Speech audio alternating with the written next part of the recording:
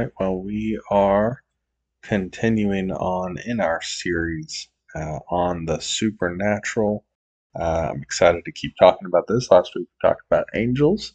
This week we are going to specifically talk about one account in the book of Daniel that we can learn a whole lot about angels from.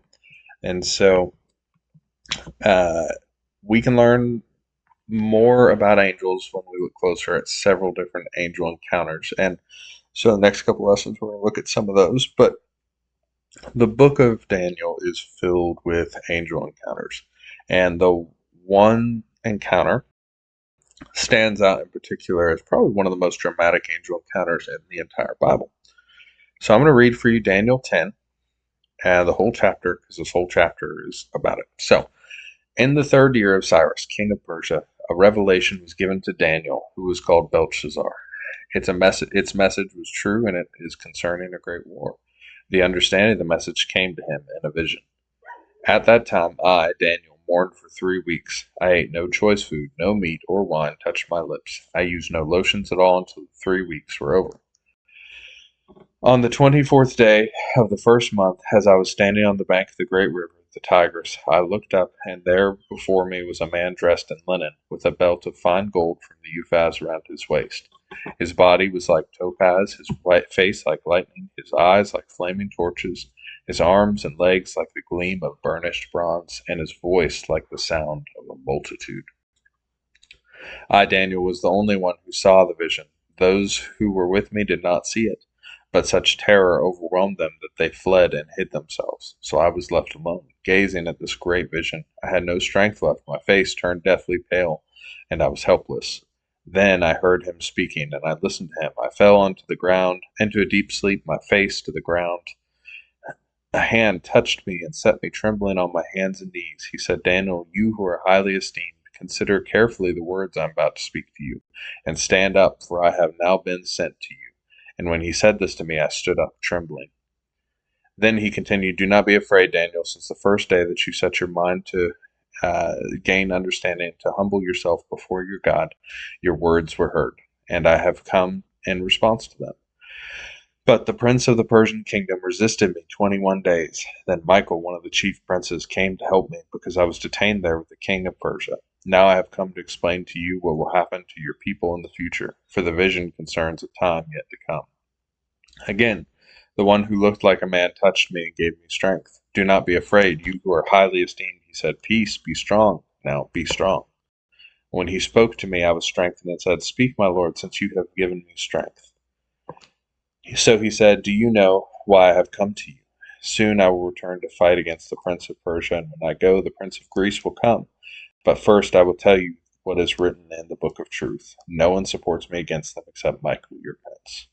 This account actually goes on for 2 more chapters, but we can see basically in this first chapter a fair amount of details about the angel. And we can learn several things about angels in this passage. So first of all, the appearance of this angel, it's quite dramatic. And like the description that we're given is crazy. So we're told, first of all, it looks like a man. He's dressed in linen and wearing a belt of gold. So it's a little bit where we get that picture of angels wearing white linen, like that. This kind of that idea here. He has face like lightning with eyes like flaming torches, we're told. So quite a description. He has a body like topaz, or depending on translation, you might have beryl or chrysolite. This is what most likely that's referring to here. So like a golden crystal. His body is like a golden crystal. His arms and legs are like polished bronze or burnished bronze, depending on how your translation is. And so here we've got, again, burnished bronze here. And this, whether that's like meaning his legs are very strong or if they're reflective, either way, it's got kind of that goldenish color to it. So that in and of itself, very interesting. Then it says he's got a voice of a multitude. Now, I don't know if you can picture what this is, but if you've ever been in a large arena where people were chanting together, this is kind of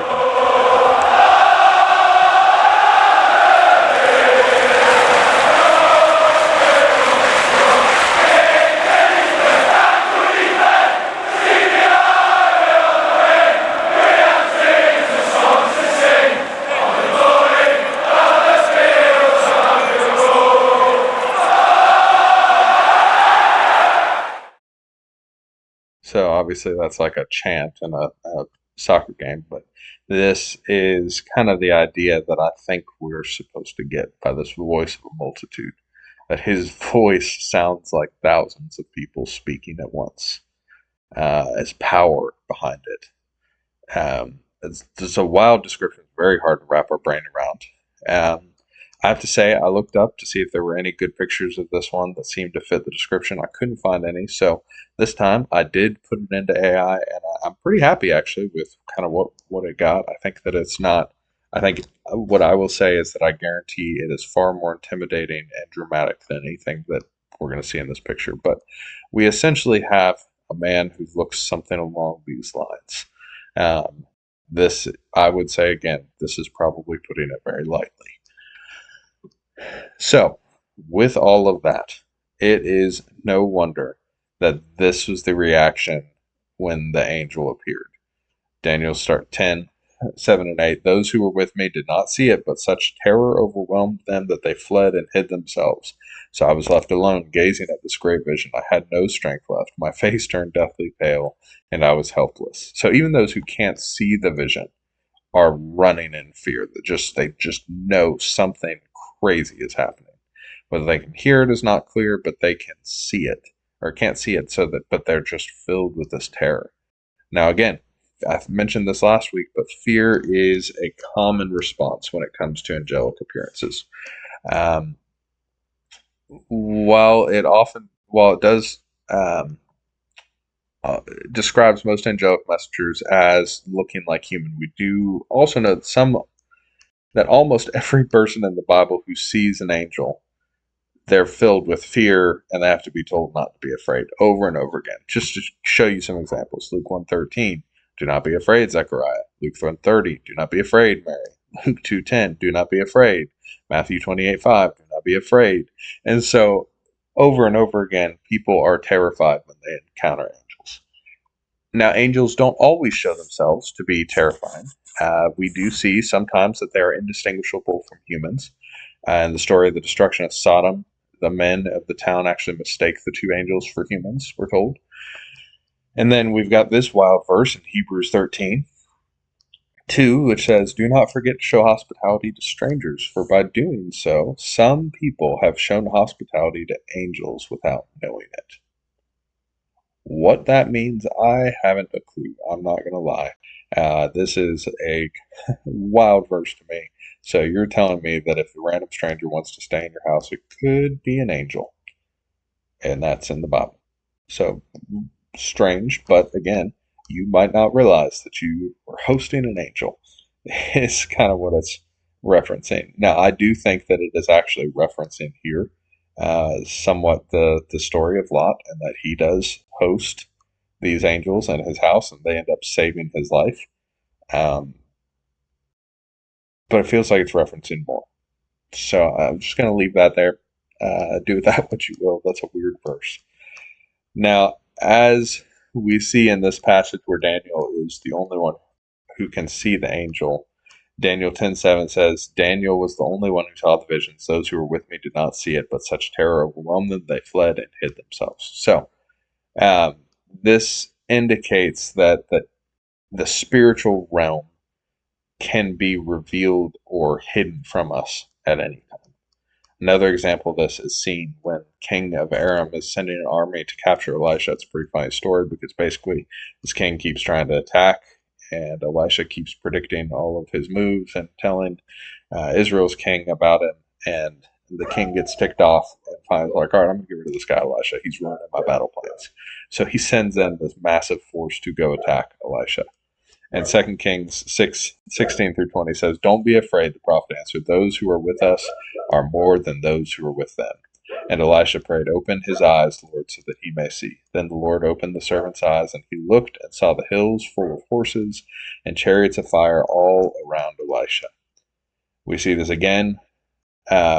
Same thing happens again when angels appear to the shepherds to announce Jesus' birth. In Luke 2:13, suddenly a great company of the heavenly host appeared with the angel, saying, glory to God in the highest, on earth peace and goodwill towards all men. The next thing we can gather from the story is that spiritual warfare exists. Now, this is probably not a surprise to you, but we don't really think much about spiritual warfare or know much about it. Just kind of say it exists, it's a thing. We don't know how common it is. Are there angels fighting around us everywhere, even right now? We don't know, you know. Um, I'd say it's less prevalent than some like dramatic authors would have you believe, and maybe some movies. But I know for a fact spiritual warfare happens. Let's read again when the account. It says, "Then he continued, 'Don't be afraid, Daniel, since the first day that you set your mind to gain understanding and to humble yourself before your God, your words were heard, and I have come in response to them. But the prince of the Persian army resisted me 21 days. Then Michael, one of the chief princes, came to help me, because I was detained there with the king of Persia. Soon I will return to fight against the prince of Persia, and then when I go, the prince of Greece will come.'" And so, um, Prince of Greece will come. Um, and so basically, this angel saying, "Hey, there's this figure known as the Prince of Persian Kingdom, and intends to return to this fight uh, that Michael, the Archangel Michael, has assisted him in so that he could slip away. And he is this figure is still at war with Michael. He's got to come back because the Prince of Greece is coming soon to join the fight. And so while these sound like titles for human royalty, they're pretty clearly indicating something spiritual that this angel and Michael, the archangel, are battling up against. And so there's something that's going on here. This Prince of Persia, this Prince of Greece. Now, a decent case can be made that these are angels who are battling alongside of like the regional politics that's going on. So the Prince of Persia being Cyrus, the king of Persia, and the Prince of Greece being Alexander the Great. This fits with the timeline. But even if it is matching those geopolitical events, we're looking at that there's more going on in this story. That's alleged. Um, there seem to be, if that is all that's going on, then there still seem to be these evil spiritual beings who are like these counterparts to the real kings. And they're fighting in the spiritual realm alongside of these human events. Is what seems to be happening. Now, the Bible does make it clear that spiritual warfare does exist. Ephesians 6:10 through 12 says, "Finally, be strong in the Lord and in his mighty power. Put on the full armor of God so that you can take your stand against the devil's schemes. For our struggle is not against flesh and blood, but against the rulers, against the authorities, against the powers of this dark world, and against the spiritual forces of evil in the heavenly realms." Interestingly, you'll notice that this verse also references um, spiritual beings as rulers. So we see that even here they're being kind of referred to as rulers. This backs up that idea that the Prince of Persia, the Prince of Greece are separate. And and it even says Michael is your prince. And so like we know who Michael is. So there's this idea that they are kind of being portrayed as rulers of sorts. The exact nature of spiritual warfare is completely mysterious. But it is clear through the verses we see in Scripture that it has an impact on the physical world. We are supposed to be prepared, read our Bibles, equip ourselves with armor because we will be attacked, spiritually speaking. The angel army that protects Elisha and actually strikes the human army with blindness. And so he even affects the human events, like the things that are going on physically, is able to affect them in a way that um, is not just purely spiritual. And so, what does that look like for us? What is spiritual warfare? Well, I can tell you as a pastor that pastors and ministry leaders experience spiritual warfare on a level that you can only kind of hear about. I truly had no idea that it would be as common or even as bad as it is sometimes. Um, there are certain um, that there are different ways. It's different for everybody. You will find that often on Wednesdays, I have been under extreme mental attack all day long, where I will feel like down on myself. I will be kind of beating myself up some throughout the day, and it's always on Wednesdays. I'll be depressed feeling. I will get to right before youth group, and I'll want to do anything but go to church. I want to curl up in a bed by myself, like I get quiet and soul. And then, sure enough, come right about the time I step up here. This is pretty common, actually. Right about the time I step up here, it will all just disappear. And it was all a spiritual attack to distract me throughout the day before I come and teach. That's pretty common. Stuff like that happening. Another one for me is stuff breaking around the house or cars breaking. Um, I would say the last time we taught the series, we experienced heavy spiritual attack because the enemy does not like his strategies being revealed. And that's essentially what the series is. And so you have to understand that it does happen. Are there angels battling around this church right now? Battling around the church each time we meet? I would say it's possible. I would say that there are, if we're going to have issues in the sound system, in the media booth, or on the live stream or something, it's going to be on Easter. It's going to be on the important ones. If there are some Sundays where if you talk to anybody who was taking place or taking part in putting on the Sunday service, so Patrick, the choir, Alan, myself, the security team, maybe anybody like that, you'll find there are some Sundays where we just all day long, if it could go wrong, it did.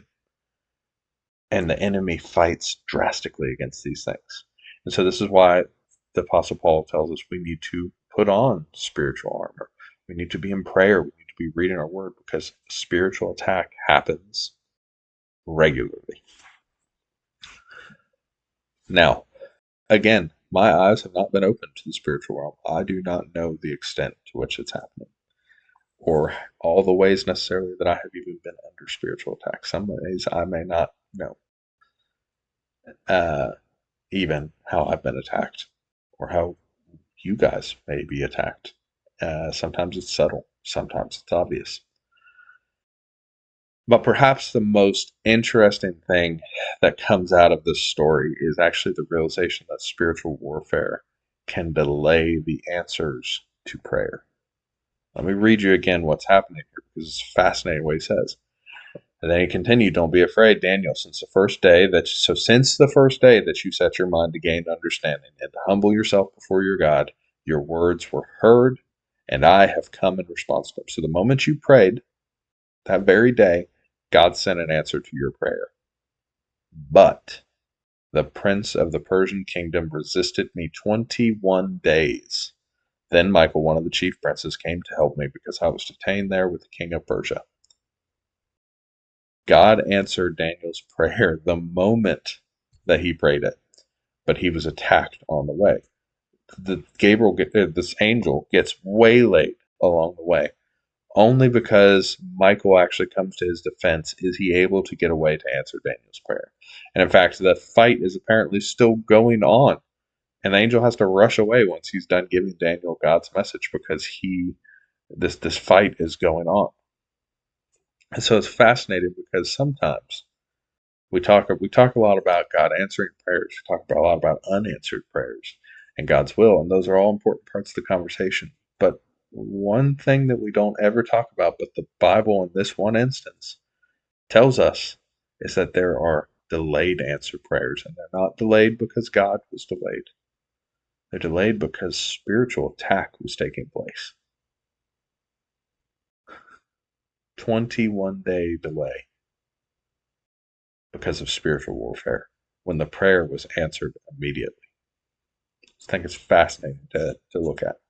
So, do we know who this angel is? Well, it's not specifically mentioned in the story. We don't have a name, but you can make a decent guess. There's one angel in particular that has been helping Daniel interpret God's word for a few chapters. Let me read back to Daniel 8:15. "While I, Daniel, was watching the vision and looking to understand it, there before me stood one who looked like a man, and I heard a man's voice from the Uli calling, 'Gabriel, tell this man the meaning of the vision.'" Daniel 9. While I was still in prayer, Gabriel, the man I had seen in an earlier vision, came to me in swift flight about the time of the evening sacrifice. And so, other than the fact that Gabriel is the angel who keeps showing up to help Daniel in these previous two chapters, is there any evidence that the angel in Daniel 10 is Gabriel? Well, there is a little bit. One piece of evidence is that the angel actually calls Daniel by the same name in Daniel 10 as Gabriel calls him in chapter 9. So, chapter 10, he said, Daniel, you who are highly esteemed. Daniel 9:23 says, as soon as you began to pray, a word went out, which I have come to tell you, for you are highly esteemed. Second, each of these chapters is an angel interpreting a vision. The angel tasked by God to help Daniel interpret the vision of Daniel 8 is Gabriel. Gabriel tells this man the meaning of the vision. So since these chapters are all connected, it does stand to reason that this is also Gabriel. And so we don't know, but it's very interesting seeing as Gabriel is the most commonly mentioned angel. And here we have a physical description of him, if this is Gabriel. If it's not, we still get a very unique physical description of an angel here. It's fascinating to think about. Well, that is all I have today. Let me know if you have any questions. Happy to answer them. You know how to reach me.